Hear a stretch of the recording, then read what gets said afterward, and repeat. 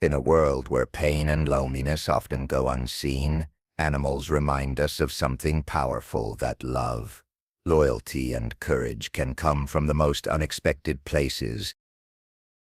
The morning sun rose slowly over Willow Creek Farm, painting the sky with strokes of pink and gold.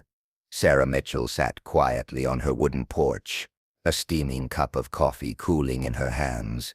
The farmhouse, once full of laughter and voices, had grown silent over the years. Her husband had passed 2 winters ago after a long illness that took him inch by inch, and her children now lived far away in bustling cities, too busy to come often and too tender to admit that the house and everything it contained reminded them of grief. The only sounds left were the whispers of the wind and the aching rhythm of her own heart. She had learned the scent of silence, the dry wood of the banister, the lemon oil on the dining table, the linen closet that still held his aftershave like a memory that refused to fade.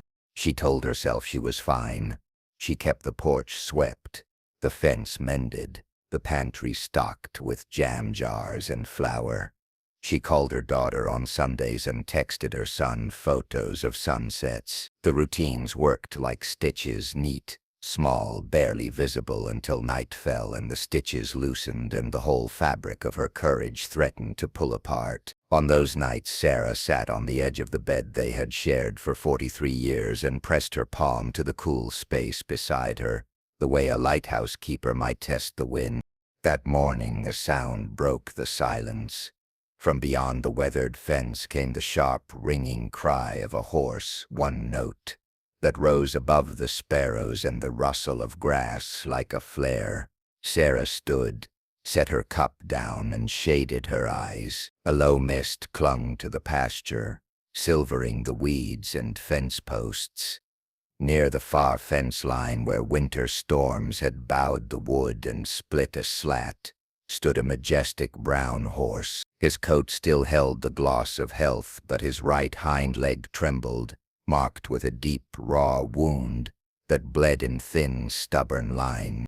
Sarah's breath caught. Her husband had loved horses. He used to say you could see a horse's whole history in its eyes if you stood still long enough. She slipped on her boots and walked, slow and steady, across the frost-kissed grass. The horse lifted his head and snorted, wary, exhausted, not yet afraid enough to run. His amber eyes held the wild and something fragile beneath it, like a candle flame in a draught. "Easy, boy," she murmured. "You're safe now." She kept her hands at her sides, letting him smell the morning on her sleeves. When he did not retreat, she fetched her first aid kit from the mudroom. Saline, iodine, gauze, a roll of vet wrap left over from a winter when the neighbor's goat had torn a hoof. Kneeling beside him, she poured warm saline over the gash. Dirt and tiny pebbles washed away, pink flesh blooming beneath the grime. The horse shivered, muscles flickering, but he did not pull back. When she dabbed iodine, he pressed his muzzle against her shoulder as if bracing himself through her. "There you go," she whispered. "I know it burns. I know." She wrapped the leg carefully, her fingers steadier than they had been in months. And when she was done, she stood and met his eyes. For the first time since the funeral, something stirred in her chest that wasn't dread or longing. It was purpose, small, bright, persistent. He stayed. He did not belong to her, but he did not leave. She mended the fence with new boards and twine, and left the gate unlatched, so he could come and go. He lingered in the shade of the old cottonwood, cropping clover, testing the weight of his leg, which held more firmly each day. She named him Braveheart because when she said the word aloud, it was as much a petition for herself as a name for him. A few evenings later, Sarah walked by the riverbank at the edge of her land, where the water was low and the stones kept the day's heat. The light slanted golden through cottonwood leaves, and swallows stitched shadows over the surface. At first she thought the dark shape in the mud was a sack. Then it moved. Curled in the reeds lay a dog, mud-caked, ribs sharp as knuckles, a burr of a tail twitching once like a question. When she crouched, The dog tried to crawl away and fell on its side with a soft sound that should never have belonged to anything living. Oh, Sarah breathed, and all the practiced smallness in her heart, the carefulness, the tidiness fell away like a dress unhooked at the back. She slid her hands beneath his chest, felt the flutter of his breath and the shiver of muscles too tired to protest. He was not heavy, he should have been. She carried him home, leaving a trail of dark prints on the flagstones, and set him on an old quilt by the stove. Warm water, a soft cloth, a gentle comb to lift burrs from matted fur. He flinched at first, then lay still, eyes half closed, as if someone had finally found the handle of the switch marked off. When she set a bowl of broth before him, he turned his head away. She dipped her finger in, touched it to his gums, waited. A moment later his tongue flicked, the shyest yes. He drank, a sip, then another, and sleep took him mid-lap. She tucked a blanket around him. "Shadow," she said, because he looked like one and because he followed her with his eyes from the moment he opened them. "You're safe now, too." Braveheart accepted Shadow as if they had always been assigned to the same chapter. The horse grazed near the fence while the dog lay in a patch of sun by the porch steps, head up, ears pricked when she came and went. Shadow moved slowly at first, learning the house, mapping it in cautious arcs, the kitchen where bowls clinked, the back hall that smelled of cedar, the door that led into wide, noisy light. When the wind rattled the downspout, he flinched. When the kettle sang, he tilted his head toward Sarah, as if asking whether this was a sound that meant comfort or danger. She answered him with her hands and her voice and her steadiness, and he believed her a little more each day. A week later, while she set 2 placemats at the kitchen table out of habit, Sarah heard a faint tap-tap at the window. On the sill perched a sparrow, feathers puffed against the morning chill, left wing drooping at an odd angle. It hopped, then stumbled and sat very still with its beak slightly open, as if the day had been heavier than it expected. Sarah lifted the sash slowly. The sparrow did not fly.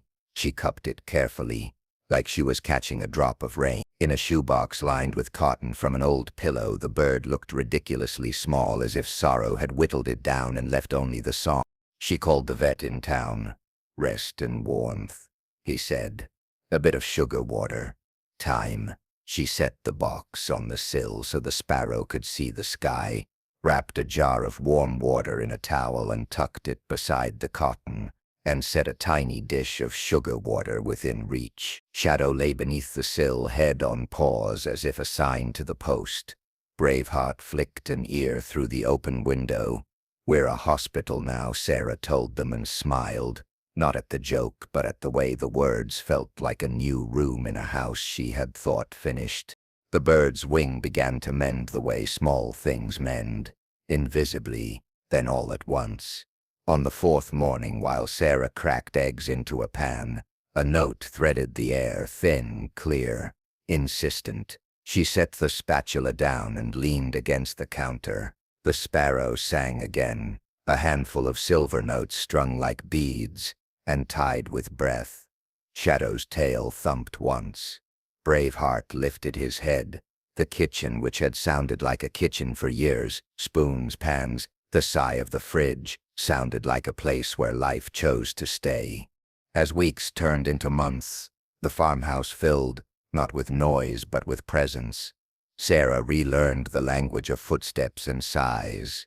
She learned the particular weight of Shadow's gaze when he wanted to be let out, and the remarkable hurt silence when she forgot to say good night. She learned that Braveheart preferred his hay shaken loose and spread, not left in tight flakes, and that if she hummed while she brushed him, he dropped his head and closed his eyes like a child in a bath. She learned that the sparrow liked to bathe in a ramekin by the sink.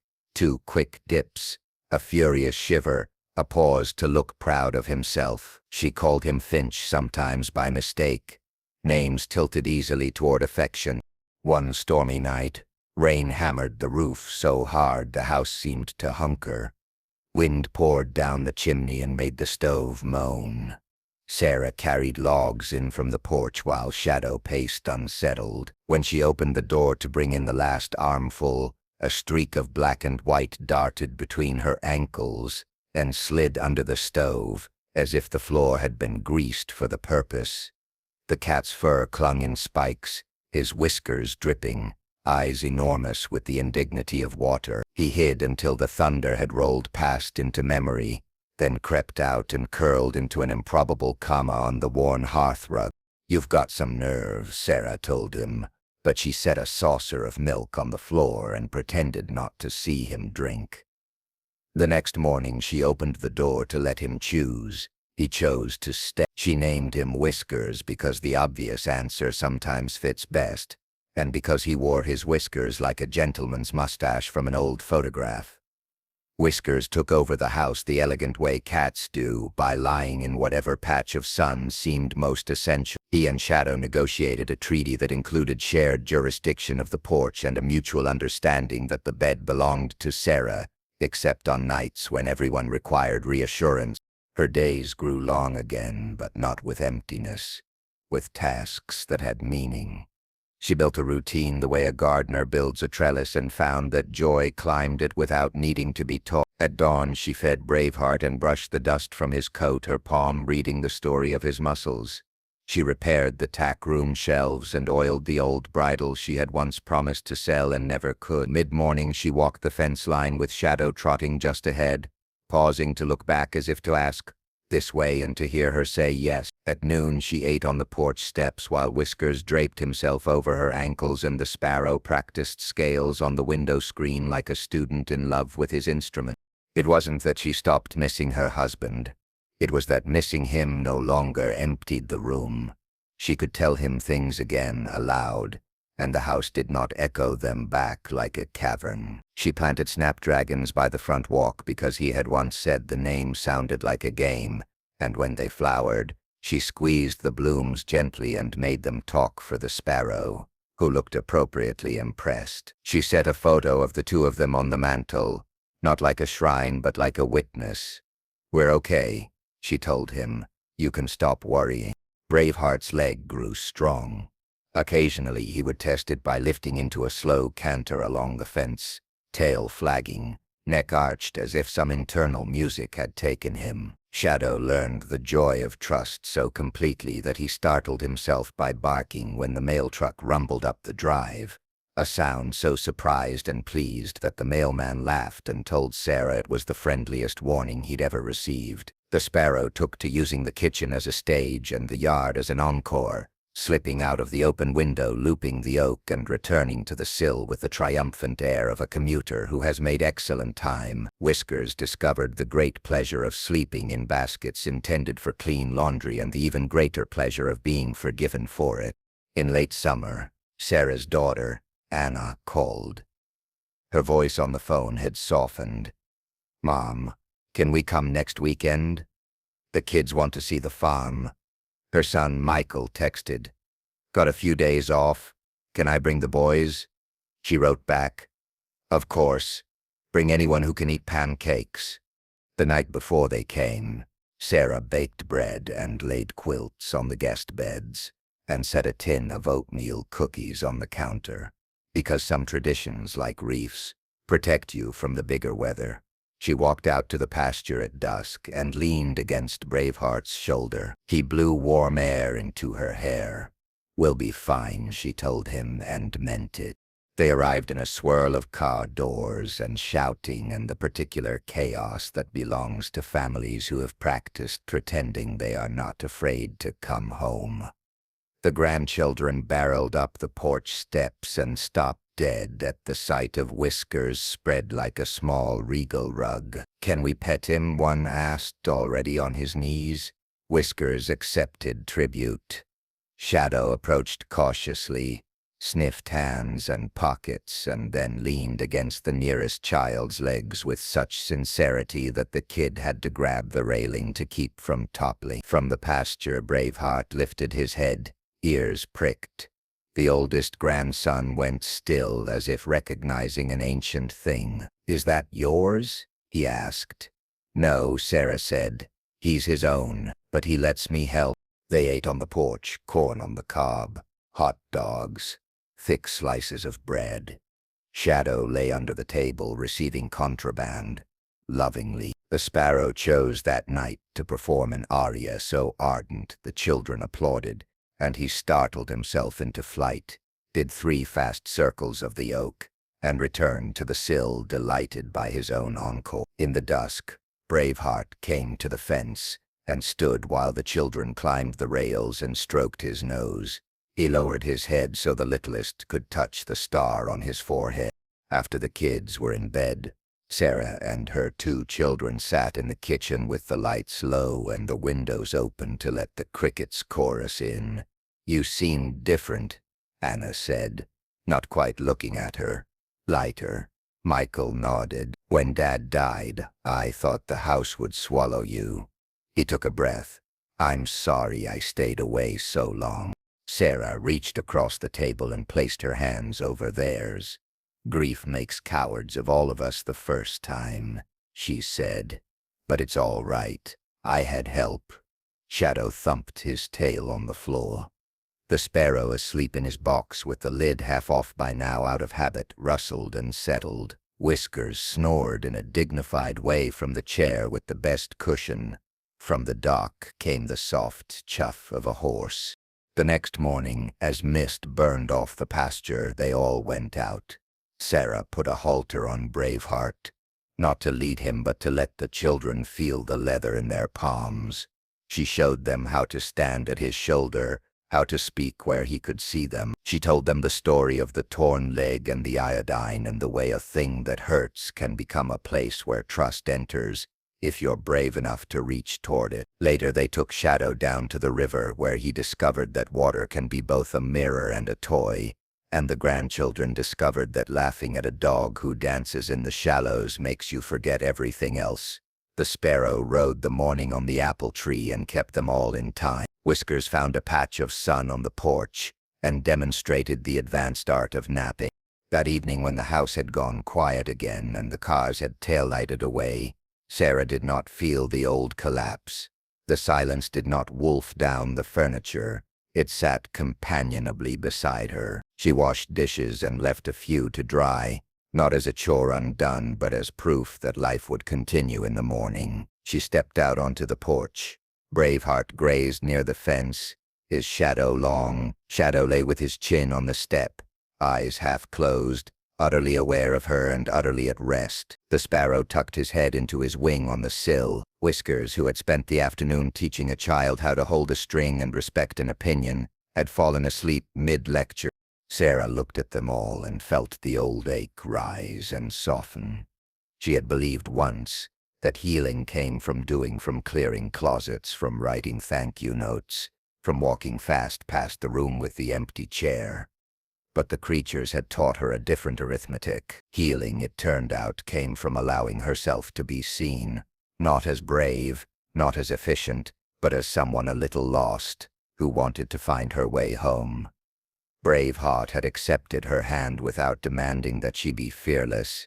Shadow had chosen her hearth before he trusted her voice. The Sparrow had borrowed her window while he remembered how to fly. Whiskers had moved in without apology and taught her that love sometimes arrives already certain. The wind shifted, carrying the scent of hay and rain and warm earth. Somewhere far off, a train sounded its long, lonesome note, and for the first time in years, it did not make her feel small. It made her feel connected, one thin silver line threading her to strangers and towns and all the lives going on at once. She closed her eyes and breathed. When she opened them, the sky had gone the color of ripe peaches.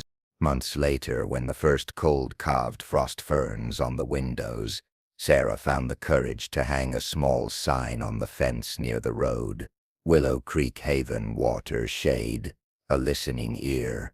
She didn't expect anyone to stop, but sometimes a traveler paused to rest. Sometimes a neighbor on a hard day wandered down and sat on the steps. Sarah poured coffee and Shadow leaned against new knees, and Braveheart stood like a barn built of patience, and Whiskers consented to one stroke of admiration, and the sparrows sang. People left different than they came. On a Sunday afternoon in late winter after church, Sarah brought a folding chair to the pasture and sat with a book she didn't open. Braveheart ambled over and blew his breath into her hair.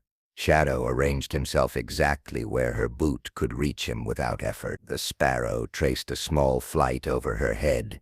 Whiskers took the empty chair and made it look pre-assigned. The light slid along the fence boards and landed on Sarah's hands, which had learned to be useful again. She thought of the girl she had been hope astonishingly loud in her chest. She thought of the woman who had watched the nurse take off her husband's wedding ring and slip it into Sarah's palm like a secret. She thought of the morning she had pretended to be busy because standing still might have revealed how much she was breaking. And she thought of the day a horse had cried from the fence line and a dog had shivered in the reeds and a sparrow had knocked on her window and a cat had run through the door like he already knew the rules. Sometimes the greatest healers in life don't walk on 2 legs. They walk on 4. They fly, they run, they purr. They do not fix you in the ways you expect. They do not tell you who to be. They come to your broken fence and your muddy bank and your kitchen sill and your storm-dark porch, and they ask, quite simply, will you let me be here? If you say yes, they make a circle around you, and inside that circle, your heart remembers how to move. That night, as Sarah turned out the lamp and paused at the bedroom door, she pressed her palm to the cool space on the bed as she always did. The grief was there, as honest as ever, but she felt something else beneath it, like a river under ice, moving. She climbed into bed and listened. Shadow sighed on the rug. Whiskers rearranged the principle of comfort at the foot. The sparrow tucked himself deeper on the sill. From the pasture drifted the soft sound of a horse adjusting his weight. The house breathed with her. For the first time in years, her heart was not a room with a single chair. It was a farmhouse with every light on. It was a porch where footsteps came and went. It was a pasture where something strong had learned to run again. It was whole and stitched together by the unlikeliest of companions, a horse with amber eyes, a dog who had once been a shadow, a sparrow who had taught himself how to sing again, and a cat who had chosen to stay. And if you had stood at the road and looked toward the house as the moon climbed, you would have seen a woman sit up in bed and smile at the sound of a small, fierce chorus, nails ticking the floorboards, soft paws jumping from a chair, wings adjusting against glass, a hoof scraping once in the dark. You would have seen the light spill from the kitchen as if morning had arrived a little early, and you would have understood what Sarah now knew. Sometimes they arrive just when we need them most, and all we have to do is open the door. This story is more than just about survival. It's about the unbreakable bond between humans and animals and how sometimes they don't just share our lives, they save them.